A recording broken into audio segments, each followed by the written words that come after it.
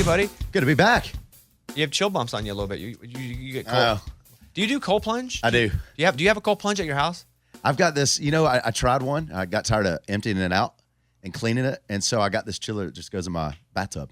So is that Awesome. something you run the bath and is it something you put in that lowers the temperature? Yeah. Just you run 2 tubes. The unit sits outside the bathtub. And then I'll turn it on, and overnight it gets it down to 51, whatever I want it at. Can you explain to me what you benefit from cold plunging? I'm alive and I'm very awake for the Bobby Bones show right now. See, that's a great fake answer, and I like it. It's my favorite answer ever. And I'll probably just cut that out separately and play it over and over again. That's why I did it this morning. Like nothing's hurting. I wanted to wake up. Was with Jake Owen, who's a big cold plunge guy. We were doing some stuff on a weekend. He's like, "You got to go do this cold plunge with me," and I'm all for anything that puts people in a better place. Yeah, doesn't matter. And I did it, and I was just cold, and it didn't make me anything except angry. I get it. No, the first few times I did that was out at I was in Phoenix for like the long week of Super Bowl, and what else was there? Golf. Waste management. And I was like, man, I'm just cold all day. This stinks. And then this year I started doing it on the Blake Shelton tour. We were in the like arenas, and it was really cold outside, and just the sauna and the cold kind of combo got me feeling better about life every day. So I'm sure there's something to it. Too many smart people that are in great shape do it. I just remember going, yeah, I like that. I'm good. That's why I committed to it. Is because like the guys I look up to in my life that are very active later in life, and also still doing music later in life, are all kind of on the schedule of working out and doing sauna and cold plunge. It's like, hey, you got to pay attention to your elders that you admire. You have a mentor, a music mentor, like one that you would call, or do you have just a few that you would call if you needed to? Yeah, I would say a few. I don't have like a guy I really lean on or have ever had that person to kind of hold my hand. How about, let's not say professionally, let's say psychologically in your business? Who could you call in this and be like, I'm not having a great day? Like, let's say a certain song you want, the label's not, or like just something, right? That's not you not performing well, but like in your mind. Because I get all crazy. I have like 2 really close friends that I will go to because I'm anxiety ridden when it comes to certain things. Sure. Who will you call? I'll call my producer, Zach. Because he's like the first guy that ever came into my world and shot me straight and wasn't like playing the game for himself or any other reason other than, hey, we want to make the best music we can. And so that would be who I call. He's brutally honest, which I think's good. Full name check him. Zach Crowell. And I know Zach too. And the great thing about having somebody like Zach, like a Zach, is, and I wrote about this in one of my books, is like, it's hard to believe people when they tell you that, oh, you're so good, if they've not told you, oh, you're not that good. Because everybody wants to come along and jump on whatever train it is and be positive and happy. But you really can't believe them when they say, hey, that's amazing, if at a certain time they haven't said, hey, maybe this isn't your best. Sure. Yeah, and he was the first guy to kind of, he could have come in and because I was already up and rocking him, having hits. But it was the first time he stood up and was like, man, that song's not good enough. And everybody else, I won't say everybody else I was working with, but the previous folks I was working with, as far as the music goes, we're kind of yes men and just playing the game and weren't really standing up for what I was thinking or believing. That was more of how do I get the next artist off this label to help produce and that type of thing. So I don't know. I think having that person in my corner has been very valuable for me. Sometimes it's frustrating. You want to punch him in the face, but it is very worth it. It's worth it. Like it is worth it. And I only have like 2, but I do want to punch him in the face sometimes, but it's the net gain is massive. Yeah, for sure. Because I can actually believe them if they say I did something really well, that they're telling me the truth, because they've also told me when they didn't feel like I was at my best. Yeah. And I don't never like that time. It hurts my feelings. But then I come out of it. And I grow from it. I think it's good to have those people, for myself too, like in the live show, out on the road, have like my management team will come out and they shoot us straight. Like, hey. Will they tell you right after a show? Yeah, I usually too early. Give the guy 12 hours. No. I like it right after, and then we'll reconvene like the next day or whatever. They come out after a song. That was terrible. They walk out like after. Man, sorry everybody, hold on. Dustin, that wasn't good, man. Let's do that. Yeah, if you do that move again on stage, the show's over. All right, go back. Has that been a discussion? Your moves? Oh yeah. Oh really? Oh, that's funny. Obviously not during a show, but no, not during a show. After. I don't know. I did some like goofy, because I just get up there and goof off, but I did some like goofy spin one night. And after the show, they were like, hey, About that spin. about that twirl. What's been happening with you? Like, how are you mentally? How's everything going? Like, It's great. Yeah? Yeah, it's been a fun summer. I've packed a lot in. I'm a little bit regretting I didn't say no to a couple things, because this summer for me was a lot of great shows, but I was saying yes to like the Sunday, Monday, Tuesday adventures. This place, that place. But it's been fun. I just think maybe one or two of those was too many. I need to be home a little bit more. oh, you must love your home. There was a time in my life where I started to love actually my home because I got to create it myself. Like my wife and I have a home that we love and we're comfortable in. And do you feel like your space now that you have is like your place? Not right now, no. Why? I don't. I don't know. I'm very uneasy in my house right now. Like I'll be home for about 15 minutes. Are you moving? You gonna No, move? no. I mean, maybe one day, but I like my place. I get there. I'm like, okay, there's not really anything to do here. I don't. Can you I don't wanna relax? sit on the couch and watch TV? No, like I gotta go do something. Ooh, Can- this sounds like it's deeper. Yeah, it is. It's not even home This is related. in the Can you mind. Ooh, relax? let's dig in. Yeah. Can you relax? Yeah, I can relax a little bit. I think I relax better out at my farm. How do you sleep? Great. Oh, that's Sleep really good, yeah. Because I sleep. I sleep terribly. Do you have anxiety in the day? No, I just like to be on the go. What's that telling you over there? No, I mean, Amy? I think being on the go is okay. Some people's personalities are that, but you're saying like you can't be still at home, and sometimes learning to get, what do they say, comfortable in the uncomfortable Yeah. can help you realize some things. But I don't, because you just said, I need to be home more. Like you just said to us, like you said yes to too many things and you need to be home more. But then you also in the same breath sort of said you don't like being You don't like home. I like doing things at home, I guess. Just not in my house. I don't know. I'll come off the road for a few weeks and I'll be there a half hour and be like, all right, let's go do something. I just don't want to. I'm not a good couch potato, I don't guess. I don't like just sitting around. What do you like going out on your equipment? Love it. Yeah. Is There's that always something to do out at the farm. So is that your turn your brain off thing? It is. Yeah. I just started a couple of my guys on the road were talking about true crime podcasts, which I've never really gotten into. And man, I'm deep right now. Which ones have you listened to that you loved? I started. He says shoot, Serial up and from like 20 years Vanished. ago. The old one? Yeah. Is it Up and Vanished? So I didn't mean to interrupt you. Up and I don't know Vanished? Up and Vanished. Lunchbox, is that one you listen to? Never heard of it. Give me the Wish I had my phone. give me the No. synopsis. So I started season 1, episode 1. We're in Georgia, and this girl's been missing for 11 years, cold case. But it's one of those scenarios where it seems like law enforcement is involved in the cover up. And Classic. I'm hooked. It's really bad. Like I was listening this morning, walking around the house, playing on the phone, and like, okay, I need to get in a better headspace. I'm in a murder mystery headspace right now before I go on air. So. Have you done multiple of those? No, this would be the first one. And I actually in 2021, I listened to Live and Die in L.A. when I was driving to and from the coast to my girlfriend's parents' house. We listened to that, and that I would get in the car and like, hey, anybody need me to go get anything so I could go listen to more of it? It was like, We would road completely trip hooked. and listen to those. Yeah. That was a big one for us. We would turn on these because my wife likes the true crime stuff more than I do. But for long trips, they really get you. But it's like the shows where they lead you one direction and then all of a sudden they like goose chase you. And you're like, Yeah. oh, they led me all to think it was that when the whole time it was the priest. Right, You know? right. But yeah, and what's cool about those too is they've actually solved crimes because of them. Meaning not just the reporting, and they've done all this reporting, they've reopened the cold cases, but then people listening will also go, oh, wait, I have some facts to give about this. And they've actually solved cases because That's of some awesome. of them. Lunchbox Serial, was that ever solved? That guy was released from prison, right? Yeah, he's released from prison, but I think they're going to order him to go back to trial or something like that. Which is fine, though, because he's not just like guilty in a cell anymore. Right, but he was in there for 16, 17 years. Wow. And they did the serial. They did a podcast on it. It was like one of the first real big ones. Syed, Wow. what's his name? Yeah, Syed. Adnan Syed. Syed. Wow.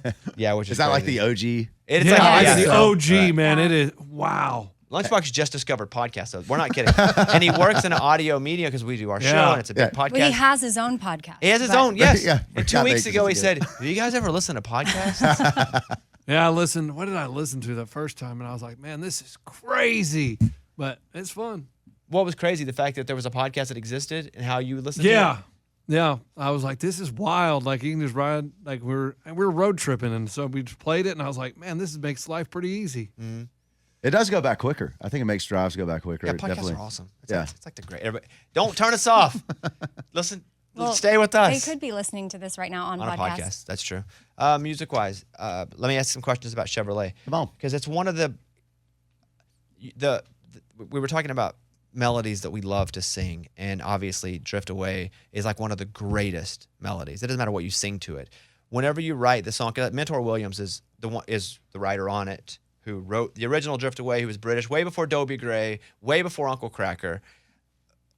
Did you go, let's just include the greatest, catchiest hook of all time? Or did you kind of accidentally get there and go, oh, we're kind of on this, let's just commit to it?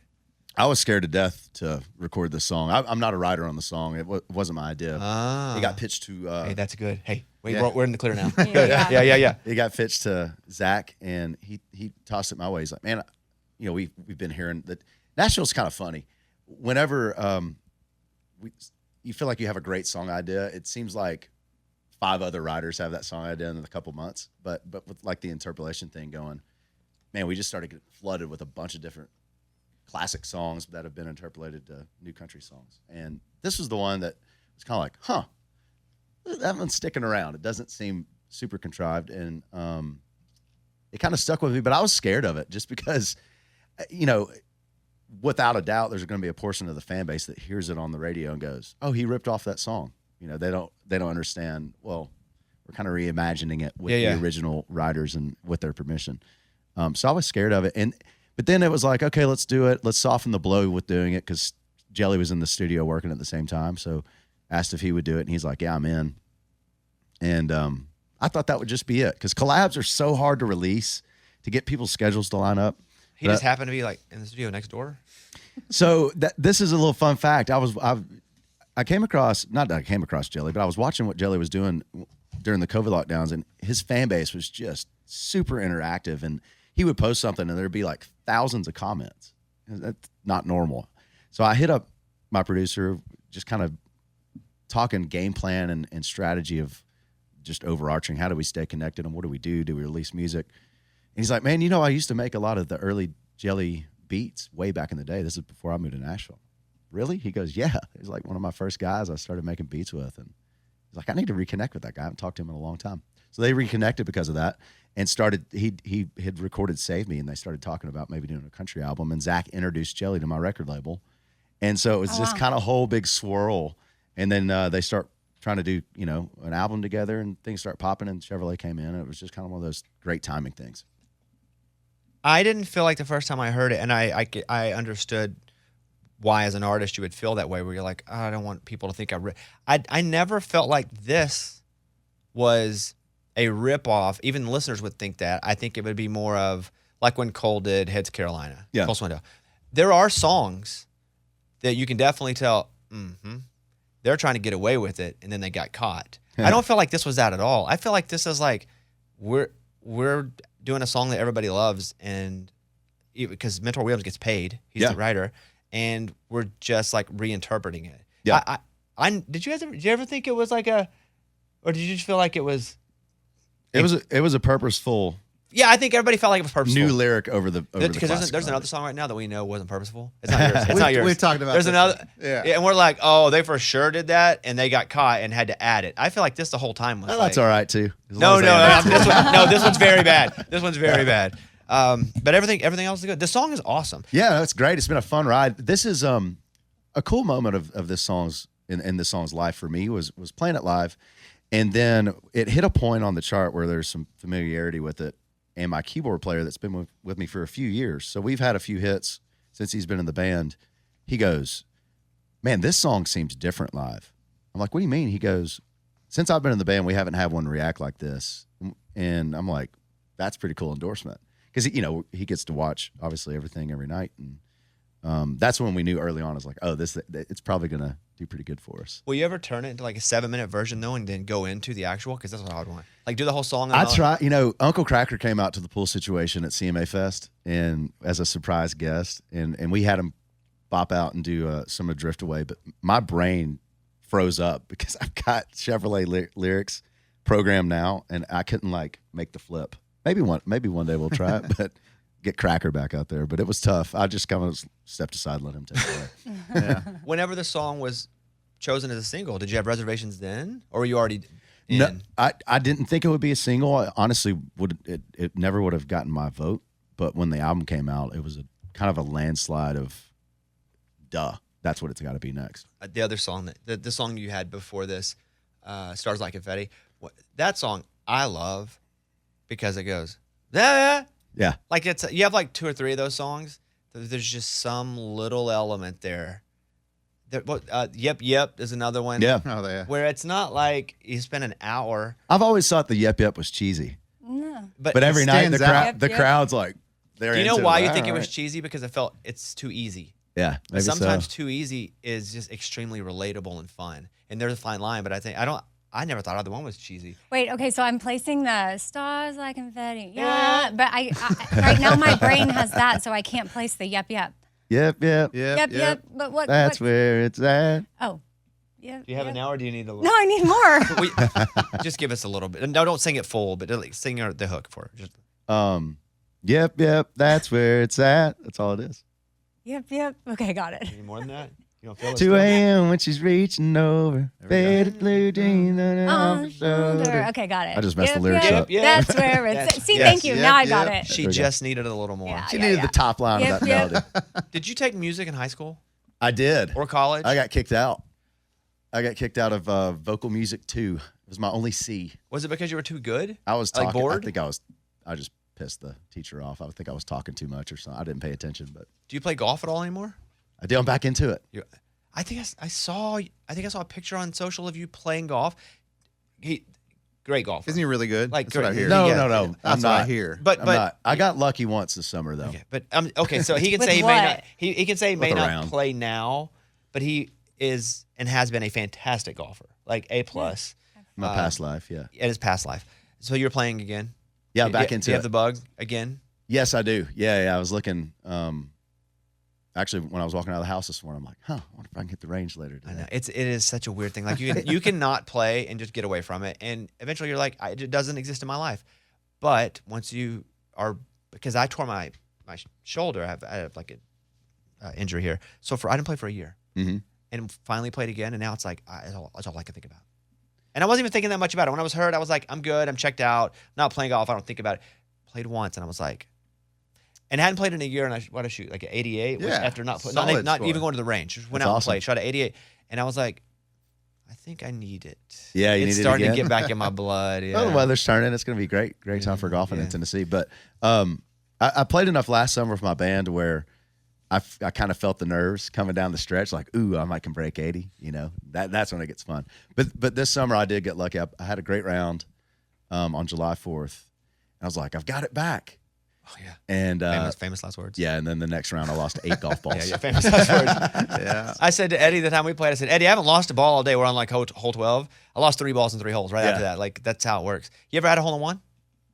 Yes, but I don't think I count it. I had it last October. I was doing a charity event in Texas, and I was one of the celeb tee offers, I guess, on one of the par 3 holes. It was a par 3 course. So But you played at every hole With for every group. I hit the yeah. shot. So like I dunked one. I got really close on a bunch of them. Then I dunked one. But that was my first one ever. Oh, that's interesting. I don't think that counts. because it's not in round, but it is a hole in It one doesn't- shot. I don't think it counts. But he, It's not in a round. how many shots do you think you had on that hole? 150? Yeah. No, Right? no, he's one for each Oh, group. one for each group. Well, yeah, so I mean, but 40 shots. Yeah, however many groups. Yeah. I don't know. I don't count it. I mean, it's a hole in one, but See, that's the That's thing. tough. It is a hole in That's one. tough. the But group got a 1 on the hole. See, that's what just I'm wasn't saying. my Like round. officially. Yeah. Hey, congratulations. Thank you. Really good to I see missed you guys. And it's been about a year, I guess, since we've been back in here. Yeah, I've missed you so much. It's actually been 367 days and 9 hours. I've been waiting. I've just had a clock going. Dustin Lynch, Chevrolet with Jelly Roll. Massive song. We love it. The Killed the Cowboy album came out last September. Yep. God dang, it's been that long. It has. I'm working away at finding new stuff and writing new stuff. And so okay, but what's happening with other new songs? What's anything else happening? Yeah, I think, a song that's really taken off for us in our live show is Honky Tonk Heartbreaker, which is on the Kill the Cowboy album. Because we've only had Chevrolet off this album, so it's still pretty new and Do you want me to play it? still got some legs. Heck yeah, let's play it. I don't know if it's ever been played before. Well, then that's why we're here, man. Let's do it. We do stuff all the time. Here he is. We'll call him Mr. Hole in One, Dustin Lynch, and we'll play the new. What's it called again before I hit play? Honky Tonk Heartbreaker. Honky Tonk Heartbreaker, which it says here in the notes was actually written about Bobby Bones. Wow. There we go. When they used to go Electric Cowboy in Arkansas. Yeah, Yeah, that was it. I want to see that outfit. All right, there he is. Dustin Lynch, everybody. Good to see you, buddy. It's a